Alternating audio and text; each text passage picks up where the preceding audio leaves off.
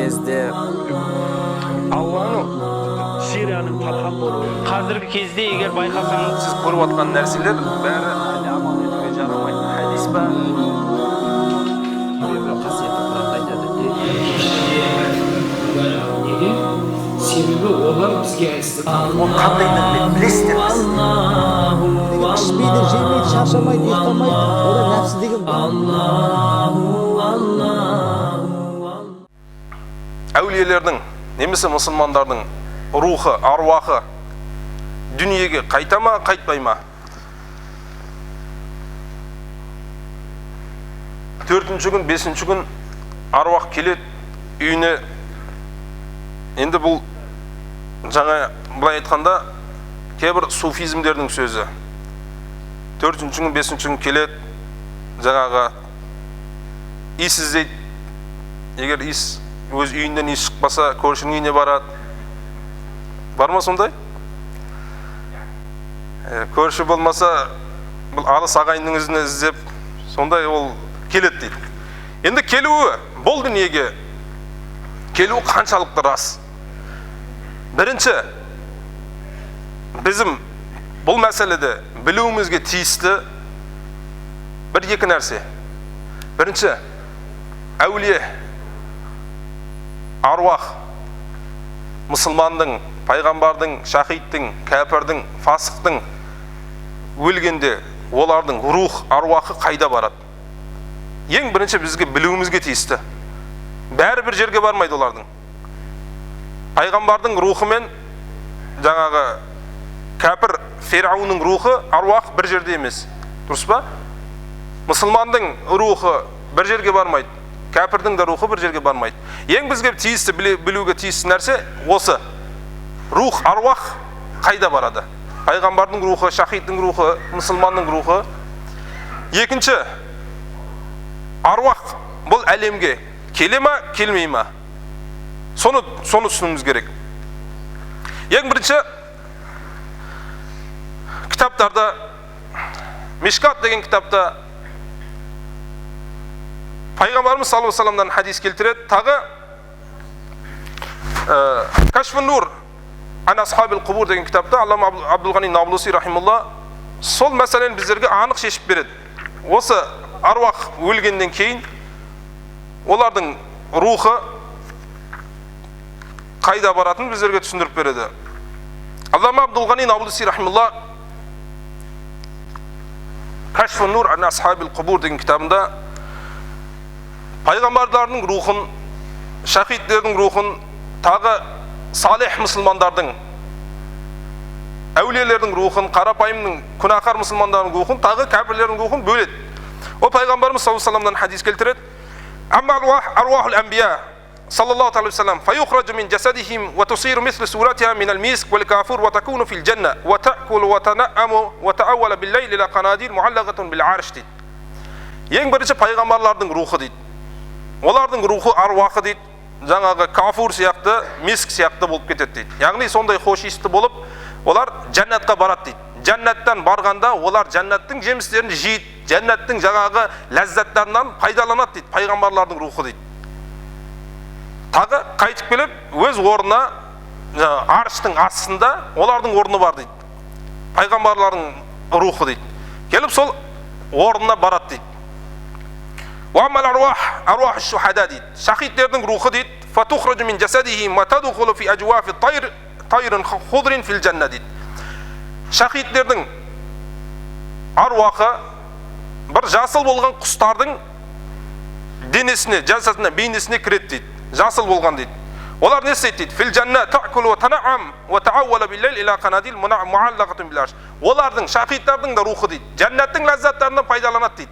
Жәннаттың ішінде ұшып жүреді дейді, жаңағы жасыл құстың. Бұл пайғамбарымыз саллаллаху алейхи ва салламның хадисі. Жасыл құстың денесіне кіріп шахидтердің аруахы дейді. Сол жәннаттың жемістерінен де жейді, жейтін тамақтарынан да, ләззаттарынан да пайдаланады. Олардың да аруахы арыштың астында орны бар дейді. Ләззаттанғаннан кейін орны барады дейді. وأما أرواح المطيعين من المؤمنين في ربض الجنة لا تأكل ولا تتمع ولكن تنظر في الجنة дейді. Олардың үшінші мұсылман әулие мұсылмандардың аруақы дейді, олар жәннатқа кіреді дейді. Жәннатқа кіргенде олар бірақ жәннаттың ләззаттарынан, тағы жәннаттың жемістерінен олар пайдалана алмайды дейді. Олар жәннатта жемейді дейді, жәннатта ішпейді дейді олар дейді. Оған рұқсат емес дейді. Былай қарапайым жаңағы мұсылмандардан дейді. Тек оларға жәннаттың ішін көруге рұқсат береді дейді. Алла тағала дейді. Мұсылмандарға дейді. Ва амма руахил усат минал муъминин дейді. Бірақ гүнәһар мұсылмандардың рухы дейді. Фахия ма байна ас-самаи вал ард фил хава дейді. Олардың рухы дейді, жер мен аспанның арасында жүреді дейді. Олар жәннатқа да кірмейді дейді, олар тұзаққа да кірмейді дейді. Байна ас-самаи вал ард фил хава дейді.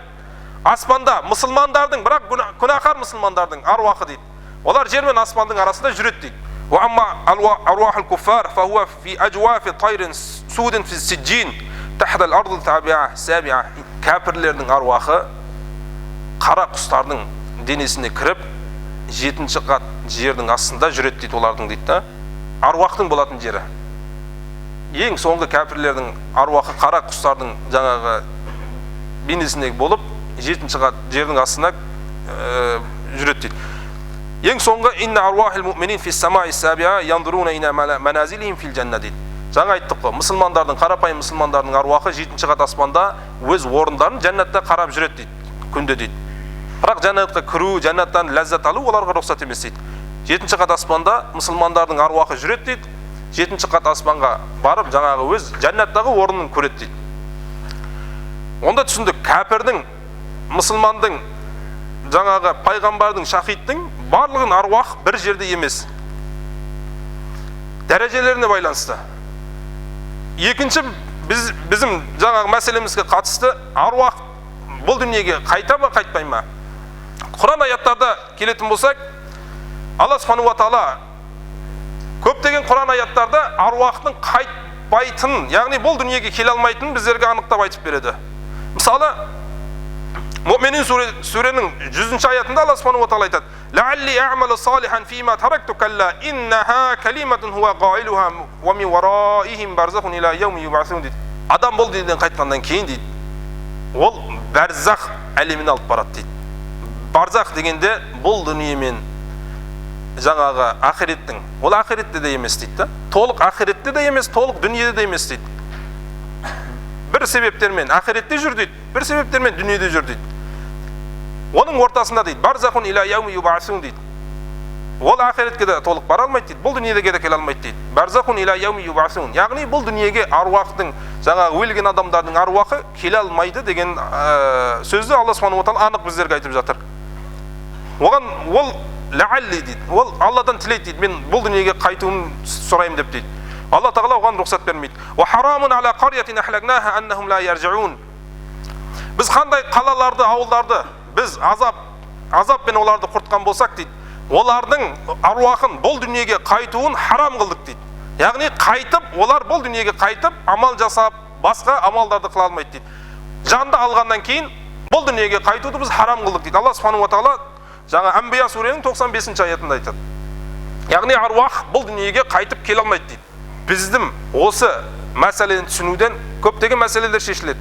Яғни аруақ бұл дүниеге келе алмаса, яғни біздерге аруақ жәрдем бере алмайды. Жаңағы, бірақ ол Алланың, Алла қаласа береді деген ол басқа сөз. Ол бұл мәселеге қатысты емес. Алла қаласа, Алла өз қалаған жасайды. Мына жерде Алланың қалауы емес, мына жерде аруақтың амалын айтып жатырмыз біз. Ол Алла қаласа әрбір қолынан келеді Алланың. Мына жерде аруақтың өз болысы, аруақтың амалын айтып жатырмыз. Онда аруақ бұл дүниеге келе алмайтын болса, жаңағы 4-ші күн, 5-ші күн аруақ келеді, жаңағы өз үйіне келеді, иісіздейді, жаңа шелпектен пісірің деген сөздер қайдан шықты онда? Ахли сунна вал жамааттың ақидасында қараңыз, мұсылмандың енді қабырда бір азап бар, бір нығмет бар. Ахли сунна вал жамаат айтады, нығметті дейді, нығмет пендеге тек оның рухы нығметті көреді, ләззатты дейді. Бірақ азапты рух мен дене бірге көреді дейді. Түсінеміз ба бұл мәселені? Ахли суннаттың ақидасы бұл. Егер нығмет ләззат көретін болса, егер мұсылман пенде ол нығметке, Алланың нығметіне бөлінетін болса, ол тек аруақ нығметінен ләззат көреді. Оның денесі, жасады қабырда. Бірақ азапқа бөлінетін болса ол денесімен бірге азап көреді дейді ол дейді. Қабырда дейді. Муътазилиттер тек ол аруақ азап көреді дейді. Тағы Абдул-Ғани Набулуси рахимулла сол мәселені біздерге анықтап, ашықтап береді. Жаңа айттық қой, аруақтың өз орны бар. Баратын жері бар ол аруақтың. Бірақ кейбірде аруақ дегенде жаңағы рух. Кейбір күндерде, кейбір себептермен жаңағы өз мекенінен қайтып қабырға келеді дейді. Мысалы, жаңа Абдул-Ғани Набулуси рахимулла айтқандай, мазхаб ахли сунна инна аруахил маута ترد في بعض الأوقات من عليين أو من سجين إلى أجسادهم في قبورهم عند إرادة الله. Кейбір дейді, في بعض الأوقات кей уақыттарда жаңа аруақ иллиинден дейді. Яғни арыштың үстінден, арыштың қасынан, 7-ші қат аспандан, немесе седжин, жердің астынан, жаңа кәпірлердің мекені болды ғой. 7-ші қат седжин деген ең соңғы жердің астындағы мекен, ол кәпірлердің аруақы дейді. Седжинден иля аджсадихим фи қубурихим инда ирадатиллах. Алла қаласа өз денесіне қайтып қабырға келеді дейді. Мына жерде онда аруақ келеді деген қандай сөз? Ол денесіне келеді деген сөз. Яғни қабырға келеді деген сөз. Ол бұл әлемге келеді деген сөз емес. Әлемге келіп шай тамақ ішіп кету емес онда. Хусусан лайлатул жумаа дейді. Хусусан дейді. Жұма түнінде келетін анықталған дейді. Жұма түнінде қайда келеді онда аруақ? Қабырына қайтып келеді. Өз денесіне қайтып келеді. Соны барып қабырда зияраттан дейді пайғамбарымыз саллаллаху алейхи ва саллям. Сол барған кезде сенің даусыңды естиді қабырдың қасында. Ассаламу алейкум я ахлад дияр минал муъминин. Аруақ келеді деген сөз, аруақ қабырына, өз денесіне қайтып келеді деген сөз. Ол бұл дүниеге келеді деген сөз емес. Ва яджлисун, қабырына келіп отырады дейді. Ва ятахаддасун ва танааму ахлин наим дейді. Сол ахлин наим, яғни аруақтың көретін ләззатын кейбірде дене де сол ләззатты көреді дейді. Ол қашан? Жұма күн түнде дейді. Біз айттық қой, ләззатты, нығметті мұсылмандың рухына бөлінеді дедік. Кәпір рухы мен денесі азап көреді бірақ. Кейбірде сол эллиинден, яғни арыштан, арыштың астынан аруақ, мұсылмандардың аруақы келіп, қабырға отырып, сол денесіне кіріп, денесі де сол ләззатты көреді дейді. Танаам ахлун наим ва та'аззабу ахлул азаб дейді. Ахлул азабтың көретін азабында ол дене көреді дейді. Онда аруақ келеді деген сөз, аруақ дүниеге келеді деген сөз емес онда. Аруақ келеді, 4-ші күн, 5-ші күн, жұма күн түнде, жұма күн күндіз аруақ келеді. Ол қабырға келеді, өз денесіне келіп қосылады. Сол кезде оларға барып дұға оқу, Құран оқып, оларды зияраттауға болады деген сөз. Одан бір қате түсініп, қате ақида шығаруға болмайды, ол рұқсат емес. Онда түсінген мәселеміз аруақ дүниеге қайтуға мүмкін емес. Алла тағала оған тыйым салған, барзақ қойған, перде қойған, қайтуға болмайды. Қайтатын нәрсе аруақ қабырға қайтады, денесіне қайтады, болды. Ол дүниеге қайтып, жаңа үйіне барып, жаңа үйсіздеу, ол шариғатта жоқ нәрсе.